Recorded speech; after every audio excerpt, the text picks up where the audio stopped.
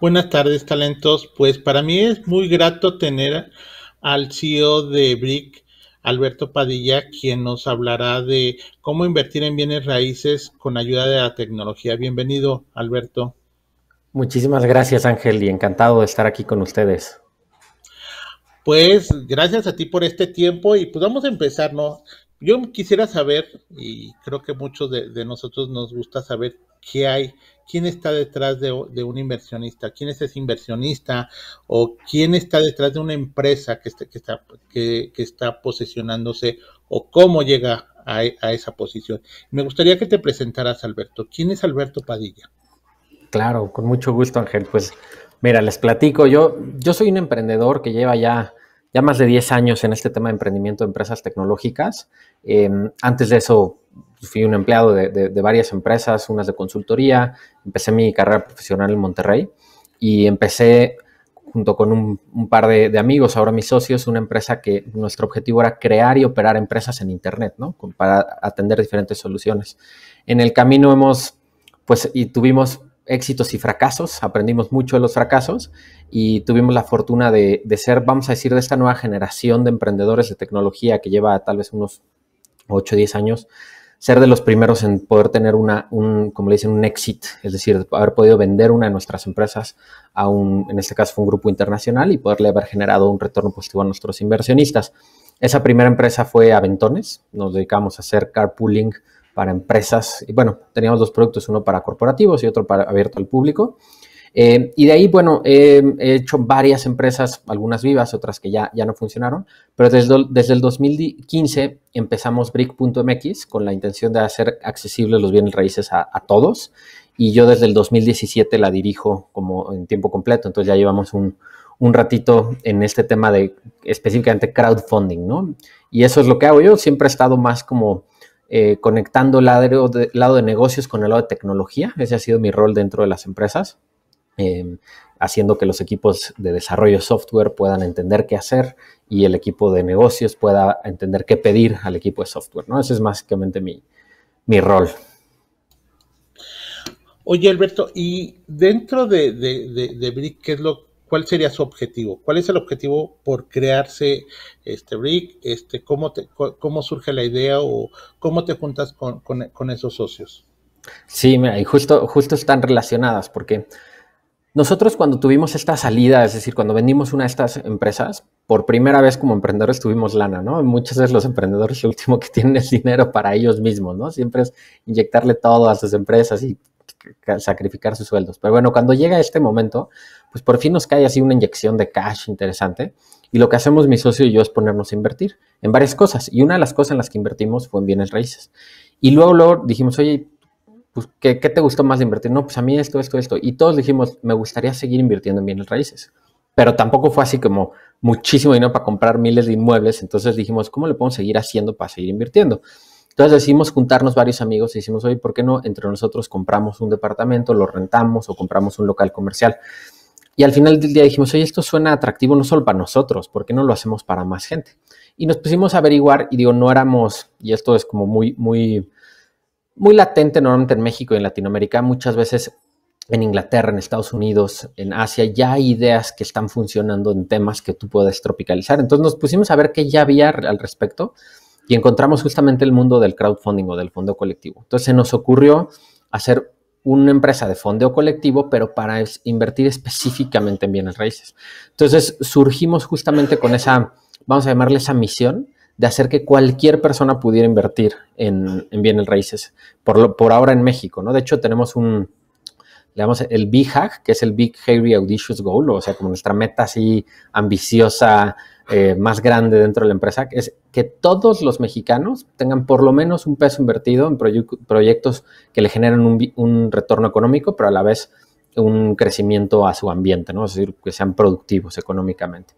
Entonces, con esa misión surgimos, siendo nosotros los primeros usuarios, ¿no? Es decir, que nosotros pudimos poner nuestros primeros pesos y que empezamos a invertir en bienes raíces. Y pues eso fue en 2015, y de ahí, pues ahora sí que hemos podido llevarlo a mucha gente. No solo eso, sino ya incluso es una actividad regulada, ya hay como un cajón específico en la autoridad para hacer este tipo de actividades, y afortunadamente lo hemos podido hacer más masivo de lo que esperábamos en un inicio, ¿no? A mí me surge una duda.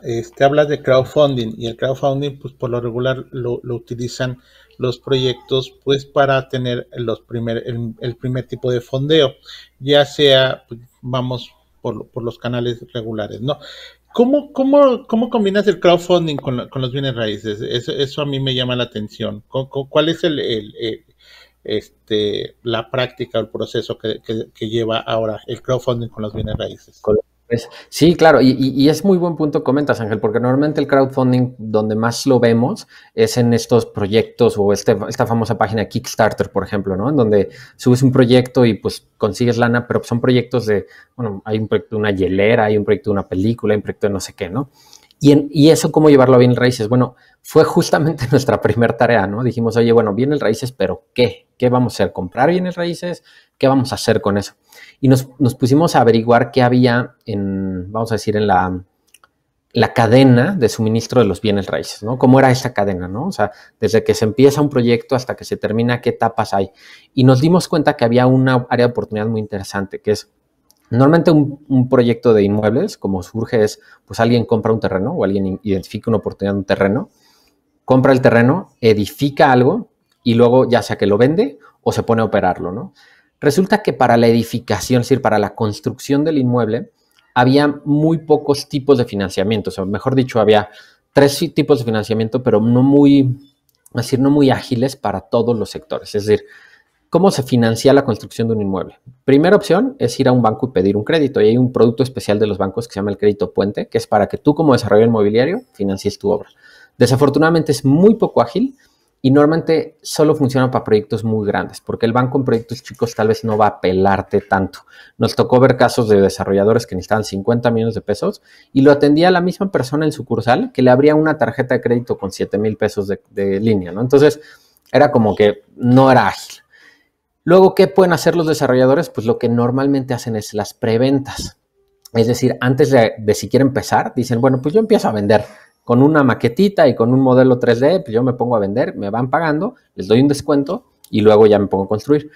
¿Y eso qué implicaciones tenía? Pues que es muy costoso para el desarrollador, porque para que sea atractivo, para que tú como comprador de un inmueble sin verlo, te animes, te tienen que dar un muy buen descuento. Entonces, financieramente era muy castigado para los desarrolladores. Y el tercero era, pues, pedirle dinero a amigos y familiares y empezar, ¿no? Y no, ninguno de los tres como que cumplía todo lo que vimos que necesitaban la mayoría de los desarrolladores, que son pequeños y medianos. Y entonces decidimos sacar lo bueno de las 3 partes y llevarlo a un producto, ¿no? Entonces, el primer producto que hicimos de fondeo colectivo es un crédito a desarrollos inmobiliarios mucho más ágil que los bancos, mucho más ordenados que los familiares y amigos y mucho más barato que las preventas, ¿no? Entonces, esa era como nuestra primera premisa. Y ahí es donde juntamos el fondeo colectivo con bien raíces. Entonces, el primer producto es, yo te invito a ti, inversionista, a prestarle dinero a un desarrollador inmobiliario que te va a poner en garantía el proyecto y el terreno y te va a pagar una tasa de interés muy atractiva, muchísimo más atractiva que lo que puedes tener ahí en el banco o en cualquier tipo de instrumento ahí muy, vamos a llamar, con un nivel de riesgo bajo. Y ese fue el primer producto. Y luego fuimos evolucionando y encontramos diferentes productos. Por ejemplo, ahorita estamos con un segundo producto que le llamamos copropiedad, en donde tú como inversionista lo que hacemos es que te invitamos a que junto con muchísimos inversionistas compremos un inmueble que está produciendo rentas.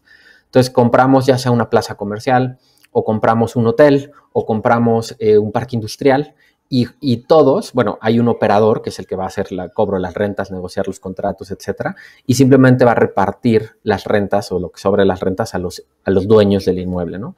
Entonces, así es como hemos conjugado el fondeo colectivo con los bienes raíces. Ok, y en este modelo, ¿cómo lo has visto? O sea, si me dices que es aceptado y ya está regulado, pero ¿qué tan fácil es que yo como cualquier persona pueda decir, voy a entrarle a este fondeo por crowdfunding? Mira, justo ahí es donde entra el tema de la tecnología, que creo que además es relevante para todos, ¿no? Afortunadamente ha sido muy bien aceptado y te voy a decir por qué. Además, creo que tuvimos un año particular que fue el 2020 que detonó muchas cosas, pero ha sido muy bien aceptado. ¿Por qué? Porque por lo menos en México, y creo que es común para bastantes países de Latinoamérica, el acceso a inversiones que tenemos, vamos a decir, la gente común y corriente es muy limitado. ¿Qué quiere decir? Que si yo quiero invertir en algo, digo, ahora con las criptomonedas, pues es todo un tipo de activo que está muy accesible, ¿no? Pero antes tú querías invertir en acciones, pues tienes que tener un broker, ¿no? Afortunadamente ahora ya hay brokers digitales, pero tenías que tener un broker que te cobraba comisiones. O tenías que tú entenderle, ¿no? O sea, por más que tú tengas un broker digital, tienes que dedicarle un muy buen tiempo a saber qué acción, en qué momento hacer tu análisis técnico, etcétera. Si querías invertir en inmuebles, pues en el caso de México necesitabas por lo menos unos 2, 3 millones de pesos para comprarte un inmueble, ¿no? Y entonces eso ya dejaba fuera a la gran mayoría de la población. Entonces ese acceso a inversión estaba muy limitado. Y creo que gracias a la tecnología, plataformas como nosotros, pero incluso en otras verticales, han hecho que ese acceso a invertir sea mucho y más fácil. Entonces primero lo ves más cercano. Por ejemplo, en nuestro caso se puede invertir desde 500 pesos. Entonces ya como que dices, 500 pesos sí tengo, ¿no? Tal vez 3 millones no, pero 500 sí. Y entonces ya lo ves más cercano y entonces eso ha hecho que crezca. Segundo, las opciones de inversión que existen a veces no con un nivel de, porque hay un espectro de riesgo, ¿no? Tú te puedes decir lo más riesgoso que tal vez es invertir en criptomonedas y a ver si un meme crece o no crece y a ver qué pasa. Pero si te vas al espectro del riesgo más controlado, que es donde están los inmuebles porque existe un bien tangible que te respalda tu inversión, las tasas de interés no eran muy atractivas. O sea, el rendimiento que tú ganabas pues, en invertir en bonos del gobierno o en pagarés bancarios no son muy atractivos. Entonces, cuando tú les pones a la gente disponible un producto con mucho mejor rendimiento, pero igual o más accesible, pues eso también detona, ¿no? Y por último, bueno, está el tema de la tecnología. ¿Por qué? Porque hoy en día, afortunadamente, tú con tu teléfono puedes subir una identificación, te puedes tomar una foto y puedes hacer lo que le llaman los servicios financieros, ese onboarding o ese abrir cuenta muy fácil, ¿no? Digo, ir a abrir una cuenta, un banco antes era de que pues tienes que ir a una sucursal y llevar tus identificaciones y llevar una solicitud y llevar no sé qué. Y hoy en día, en menos de un minuto, eliges usuario, contraseña, tienes un acceso a una cuenta y ya luego nada más hay que confirmarla con tu identificación oficial y firmar algún contrato digitalmente, ¿no? Entonces, ese acceso a la tecnología es el que nos ha hecho que pueda avanzar mucho esta adopción de tipo de productos, ¿no? Y lo que te comentaba del 2020, que son dos factores que influyeron mucho en que en el 2020 fuera para mí el año en el que podemos decir que los inversionistas en México despertaron, y yo supongo que también varios países más, fue primero, obviamente, la pandemia. Pasar más tiempo en internet, más tiempo frente a la computadora, la digitalización de muchos servicios, pero sobre todo que a pesar de que hubo gente que perdió su trabajo, hubo mucha gente que empezó a ahorrar mucho porque dejó de gastar en cosas que antes gastaba. Entonces empezamos a ver mucho dinero sentado en las cuentas de la gente. Entonces, y la gente con tiempo. Entonces, a ver qué hacíamos, ¿no? Y segundo, y más importante creo yo aún, es que México llevaba una racha de baja de tasas de referencia. Cuando el Banco Central decide bajar las tasas de referencia, todos los productos financieros empiezan a pagar menos rendimientos. Es decir, se empieza a hacer más barato el acceso al dinero, pero por lo mismo empieza a ser más barato o menos rentable tener dinero. Entonces, esas bajadas de tasas hicieron que muchos inversionistas que estaban cómodos técnicamente en instrumentos pues, muy tranquilos, muy seguros, dijeron, ya no me está dando tan buen rendimiento, ya no me está conviniendo. Tanto así que hoy esa tasa de referencia está abajo que la inflación, ¿no? Es decir, casi si yo me quedo en las inversiones tradicionales, voy a perder dinero. Entonces hubo mucha inquietud de la gente por migrar a inversiones con mejores rendimientos. Y el primer paso que buscas es un riesgo más controlado. Entonces eso hizo que plataformas como nosotros creciéramos, pues, digo, altísimo, ¿no? Yo te puedo decir que nosotros crecimos más de 250% solo en 2020, ¿no? ¿Le atribuirías este crecimiento a lo que decías, ¿no? Los bienes raíces es un respaldo, es algo tangible, algo que están viendo y en otro tipo de inversiones no. ¿Es correcto? Sí, sí tiene un gran factor eso, porque como te digo, hay un espectro de riesgo, ¿no? Y tú te puedes ir a lo más arriesgado si estás dispuesto a perder todo tu dinero, o que no te duelan las subidas y las bajadas, pero naturalmente la gente no va hacia allá, la gente busca más seguridad. Incluso los más arriesgados buscan tener un buen porcentaje de sus recursos en algo con menos riesgo. Entonces sí, efectivamente los bienes raíces fueron un paso natural para decir, bueno, ahí, y yo lo voy a decir así, aunque suene gacho, ¿no? Ahí creo que entiendo, ¿no? Oye, que si las criptos, que si las acciones, eso, por lo menos bienes raíces creo que entiendo porque vivo en una casa, vivo en un departamento o tengo relación con los bienes raíces. Digo creo que entiendo porque como toda industria tiene sus complejidades, ¿va? Pero sí, Ujú. sí es un paso más natural, como bien dices, Ángel.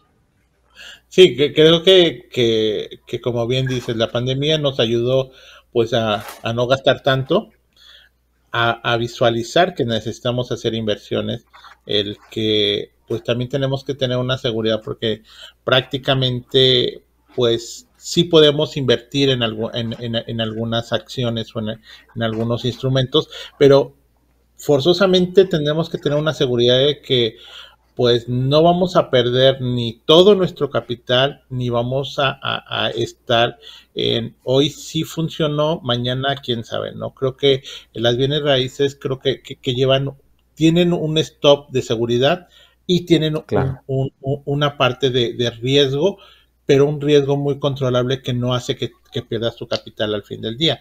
Creo que es la utilidad es la que pudieras perder en esa parte, ¿no? Si no es que estoy mal. Tú me corriges, Alberto, porque tú eres el experto. No, correcto, correcto. Lo dijiste perfecto, Ángel. O sea, el balance entre riesgo y rendimiento que ofrecen los bienes raíces es muy atractivo. Y como bien dices, o sea, en nuestro caso, por ejemplo, ¿no? Ya llevamos más de 60 proyectos financiados, 700 millones de pesos invertidos a través de BRIC en bienes raíces. Y ahorita el peor caso ha sido un proyecto en el que la gente no perdió su capital. Es decir, no ganó rendimientos, como dices, pero no perdió su capital, ¿no? Ese ha sido el peor caso. Y fue un caso de un inmueble en donde pues el tipo de unidades se volvió muy caras desde que entró el nuevo gobierno, se atrasó en licencias y permisos, o sea, le han caído muchísimas cosas al proyecto y pues lo que acabó pasando fue que pudo recuperar su capital la gente y ganar tal vez muy, muy poquito de interés o no ganar nada de intereses, ¿no? Pero muy diferente a la gente que entró en el, no sé, en el 2018 a criptomonedas cuando estaban en el pico y pum, se vino para abajo y perdió todo lo que invirtió, ¿no? Tal recuperó ahí un 5%, ¿no? No sé. Sí, incluso creo que una de las cosas que yo me acuerdo hace muchos años, que no creo que tú hayas sabido, que nos decían, invierte en un bien raíz, ¿por qué? Porque ese nunca se va a devaluar.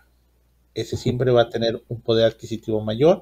Si te pasa algo, tienes con qué solventar ese problema porque puedes vender tu casa, puedes vender tu departamento, puedes vender el terreno. Y creo que mucha gente se hizo de esos bienes raíces por esos tipos de consejos. Después, pues nos dedicamos a hacer varias cosas, pero creo que ahorita con esto volvemos a retomar esto. Oye, y a mí me llama la atención, ¿cómo te puedo buscar o cómo yo puedo decir, bueno, sabes qué, pues tengo, por no haber salido en este año, ya tengo una lanita guardada? ¿Dónde te busco? ¿Cuál es tu plataforma? ¿En dónde la encuentro? Claro. Mira, ahí te platico además los pasos, ¿no? Porque Sí. es importante. Nosotros, todo es digital. Entonces, brick.mx es BRIQ, ahí viene en la pantalla brick.mx. Y entonces tú vas a ver una plataforma en donde tienes una opción de registro. Pero antes de eso, o sea, bueno, en general me gustaría contar un poquito qué hace que puedas hacerlo con nosotros vamos a decir, venderme, ¿no? Vender por qué en Brick, ¿no? Entonces, una de las cosas que yo siempre recomiendo es fijarse la calidad de los proyectos. Es decir, yo te puedo invitar a invertir en bienes raíces y decirte, oye, pues inviértele a este que está en la colonia tal, ¿no? Pero, ¿qué? O sea, ¿de qué se trata? ¿Cuáles son sus condiciones? Entonces, nosotros lo que hacemos, y es lo que vas a encontrar en la página en break.mx, si te das oportunidades de inversión, vas a ver las diferentes oportunidades que hay, ¿no? Nosotros lo que hacemos es transparentar todo el proyecto. Una de las ventajas que tienes es que tú vas a poder elegir en cuál invertir. Lo que hemos visto es que mucha gente dice, pues le invierto, aprovechando que se puede con muy poquita lana, pues le invierto poquito a todos, ¿no? A todos los que ve ahí. Pero ¿qué pasa? Que nosotros te exponemos toda la información, te decimos de qué se trata el proyecto, quién lo está haciendo, cuáles son los riesgos, de dónde viene la lana que está, vamos a decir, que va a necesitar para acabar, cuáles son sus puntos atractivos, cuáles son sus riesgos. Incluso transparentamos licencias y permisos, ¿no? Porque con el temblor se volvió muy famoso esto de, es que resulta que hicieron 8 pisos cuando solo se podían 6 y por eso está así. Entonces, aquí está la licencia transparentada con su vigencia, ¿no? ¿Quién es el director responsable de obra? Que ese es otro tema que a mí me tocó entender que la gente empezó a conocer gracias al temblor, ¿no? El director responsable de obra es la persona que se encarga justamente como dice el nombre, el responsable de la obra. y es sobre quien cae la responsabilidad si se cae un edificio, ¿no? Entonces se empezó a volver relevante quién era el DRO, así le llaman, de este edificio, ¿no?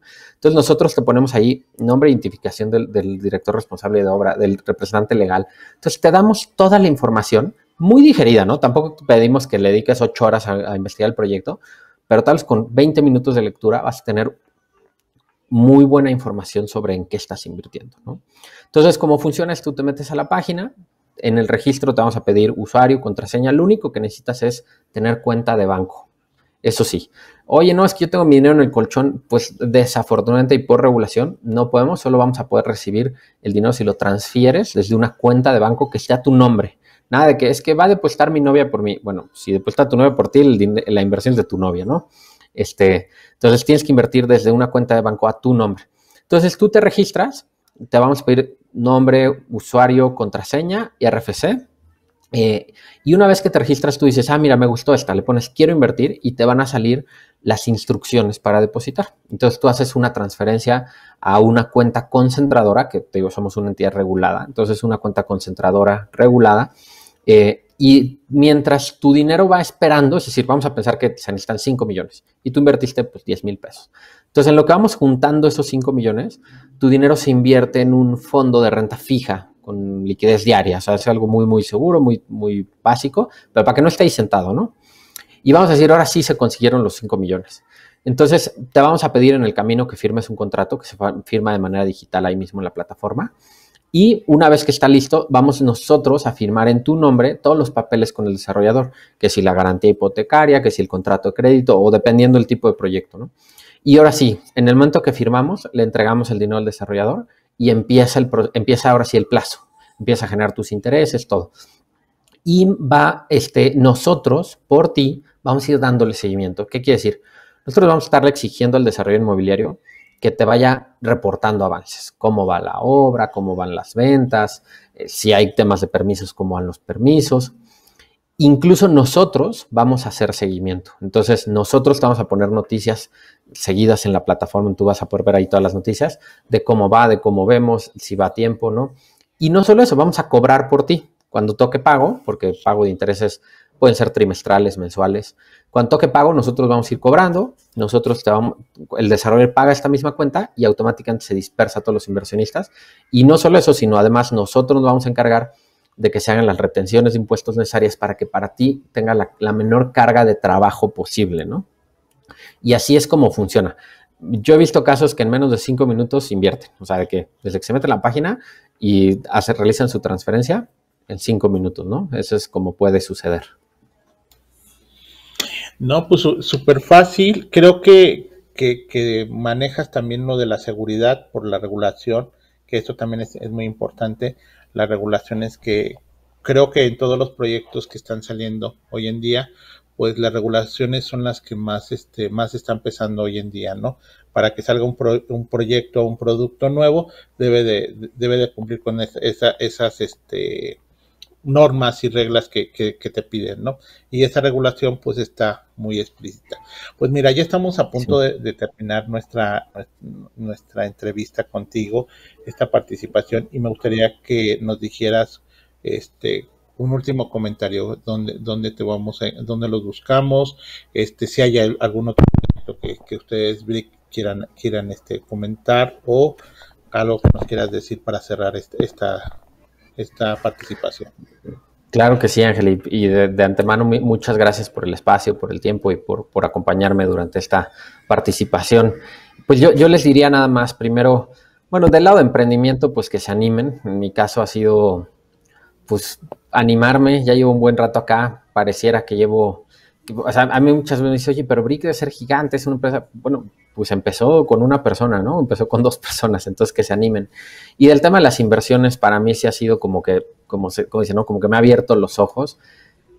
Es que nunca es tarde y siempre es bueno empezar. Es decir, mientras más rápido empieces, es mucho mejor, porque hoy en día, desafortunadamente, por lo menos en México, nuestros planes de pensiones ya no son como antes. Ya no tenemos nuestro futuro asegurado nada más por andar ahí trabajando en una empresa seguro.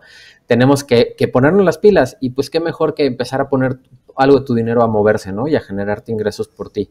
Entonces, hoy en día es fácil, acérquense, lean, no tampoco se vayan hacia lo güey, lean y háganlo, ¿no? Me parece que es buen momento. Pues te agradezco mucho, Alberto, por esta y pues esperemos contar contigo en otra participación. Gracias, talentos, y seguimos con la programación. Gracias.